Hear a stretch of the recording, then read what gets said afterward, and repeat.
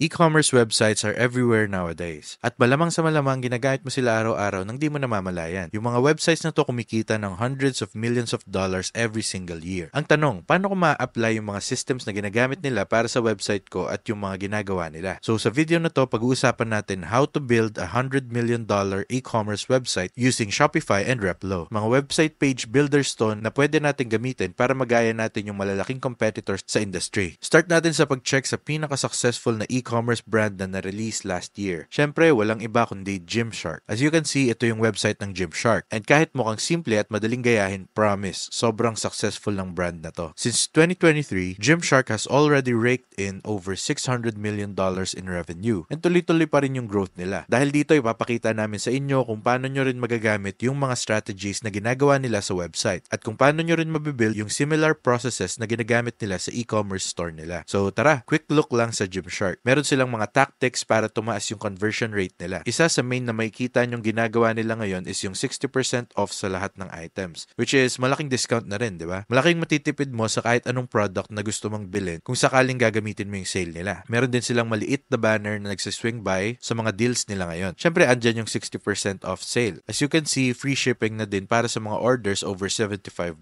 And yeah, tuloy-tuloy pa rin yung ibang deals like yung 10% student discount. So guys, madali lang talagang idagdag to sa website nyo. Isa to sa mga options na pag-uusapan natin sa building review na to. Kung mapapansin nyo, habang nag-scroll tayo pababa, meron silang galleries na pwedeng tignan kung saan makikita mo yung mga products nila and other options available. Tapos habang nag-scroll down pa tayo sa website, meron silang collections na makikita mo kung ano yung mga pinagpa-partner ng mga customers nila. Meron din silang lookbooks para magkaroon ka ng idea kung ano yung mga pwede mong bilhin at kung ano yung itsura kapag suot mo na. And syempre, marami pang ibang features na makikita din natin sa ibang e-commerce websites. So tara, let's get started on creating our own version ng website na to. Check natin kung anong pwede natin gawin. Punta tayo sa Replo, tapos click natin yung link dito. And mapupunta kayo sa page na to. Ilagay nyo lang yung email nyo, gumawa ng password, tapos pwede nyo nang gamitin yung Replo. And yeah, make sure to use the affiliate link sa description down below. Remember, nakakatulong yun sa channel natin. May small commission kami sa bawat sign up, so thank you in advance. Once na nalagay nyo na yung email at password nyo, i-click nyo yung create an account. Mapupunta kayo sa project area kung saan makikita nyo lahat ng current projects na nagawa or ginagawa nyo. So may ilang stores na akong ginawa. Labeled na rin. Pero mag-start tayo from scratch para mag-gets nyo kung paano. Una, click nyo yung add new project. Tapos may lalabas na prompt kung gusto nyong mag-create a new project. Tatanungin din kayo kung gusto nyong mag-connect ng Shopify store or gumawa ng project na walang Shopify store. Now remember, kahit wala pa kayong Shopify store or kung gusto nyong mag-create lang muna nito, pwedeng gumawa muna ng page then i-connect nyo na lang yung store later on. Huwag nyo munang alalahanin yung pag-connect ng store. Gawa muna tayo ng project na hindi naka-connect sa Shopify store. Speaking of Shopify, if gusto nyong itry yun, make sure to click the link sa description below. Makukuha nyo yung first month nyo with Shopify for only just $1.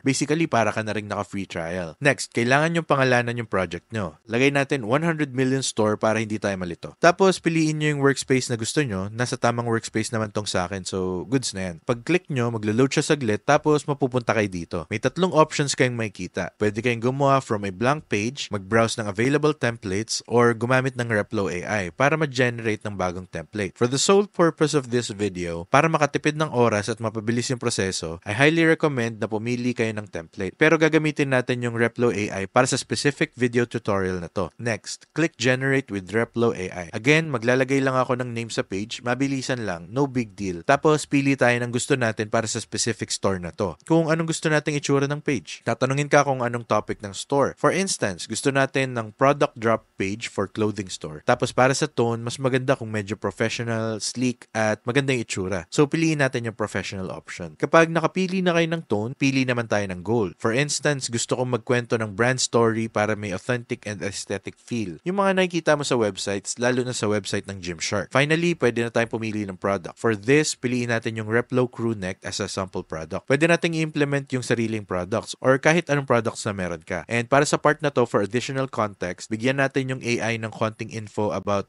sa gusto kong gym apparel brand na focus sa men's and women's clothing. Tapos pwede rin i-emphasize na high performance para lang maging custom yung datingan. Pagtapos, click natin yung Make Magic button. Maglo-load saglit yan para makreate yung page. As you can see, fully loaded na yung page and meron na tayong official starting point na maganda at madaling simulan. Hindi na kailangan ng sobrang effort kaya mas madali na yung process sa pag-build ng website. Unang gagawin natin is pumasok dito tapos alisin yung mga imperfections na nilagay ng AI na hindi kailangan. Pwede natin tanggalin yung iba dito. Hindi ko kailangan to, Hindi ko rin kailangan yung ibang symbols or mga extra dito. Gusto lang talaga nating i-focus sa actual product para mas maganda yung conversions. As you can see, meron tayong limited time offer. Get up to 30% off. May container dito sa taas. Sobrang dali lang i-edit ito. I-double click mo lang, tapos pwede ka nang mag-type ng kahit anong gusto mong ilagay sa box para ma-edit yung mismong text. Kung gusto mong i-edit yung font or font size, punta ka lang sa little corner dito sa right, tapos click mo yung design. Pwede mo nang i-edit yung iba like alignment ng text, palitin yung box, palakihin, i-adjust yung height, at kung ano pa para mas magandang tignan at mas pleasing sa mata ng magbabrowse sa website mo. Gusto ko sana mas malaki yung box, kaso nag-shorten siya nung ginamit ko yung align tool. Mag-command Z tayo para i-undo. Sobrang useful ng shortcut na to. Kung hindi ka familiar dito, practice lang kasi sobrang helpful to kapag nagde-design ka. Press mo lang yung command plus Z, tapos babalik na yan sa dati. Basically, mawawala yung mga changes na ginawa mo para ayusin yung mga issues. Sobrang ganda ng feature na to in general. Ngayon, scroll lang natin pababa, check natin yung iba pang nadagdag. Again, may nadagdag na duplicate page with another product. Pwede nating palitan tong specific product na to para magkaiba sila nung isa. In general, pwede tayong magdagdag ng kahit anong gusto natin sa page na to. Siguro sa akin, halos tapos na tong page. Kailangan lang natin gawing mas customized depende sa type ng product na ibebenta natin. Para naman mag-create ng main landing host page bago makapunta sa products mismo, may kita mo yung options dito sa left side, yung list pages part. Click lang natin yung new page. Again, pwede tayong gumamit ng AI or mag-browse ng template sa bagong page. Pero this time, instead na gumamit ng AI, gamitin naman natin yung templates. Punta tayo sa templates part. As you can see, ang daming options na pwedeng pagpilian, guys. Sobrang dami at magaganda talaga. Para sa akin, tong homepage template yung pinakamalapit sa ginamit ng Gymshark. Kaya kung gagamitin natin to, makukuha natin yung similar look. So, i-click natin yung create new page, tapos mag-generate siya ng bagong page. Kailangan lang maglagay ng ilang details. Let's say, ito yung homepage. Pwede ring idagdag yung SEO settings at iba pang details para mas madaling ma-search. Pwede ring idagdag yung product templates at Shopify sections kapag na-enable na natin yung Shopify store integration. Pero hindi muna natin gagawin yan sa video na to. Kapag na-connect na lahat, click create page. Maglo-load yan saglit. Tapos yun, meron na tayong front page na integrated sa specific store page na ginawa natin kanina. As you can see, yung Replo crewneck ang naka-import sa mga slots. Kaya mas madali na tong ma-access at magamit sa store mo. Hindi mo na kailangan baguhin lahat every 5 seconds kapag may additional ka. Sobrang helpful at ang dali gamitin kapag may gusto kang baguhin. Scroll down natin, may kita natin yung mga sample banner images, pwedeng gawan ng lookbooks, pwede tayong magpa-model ng mga clothing, ilagay as banners para mas maraming visual sa website. Pwede rin gumawa ng mga aesthetic na part na pwedeng lagyan ng sariling twists, right? Kunwari, lagay natin 100 million storefront. Dapat tama spelling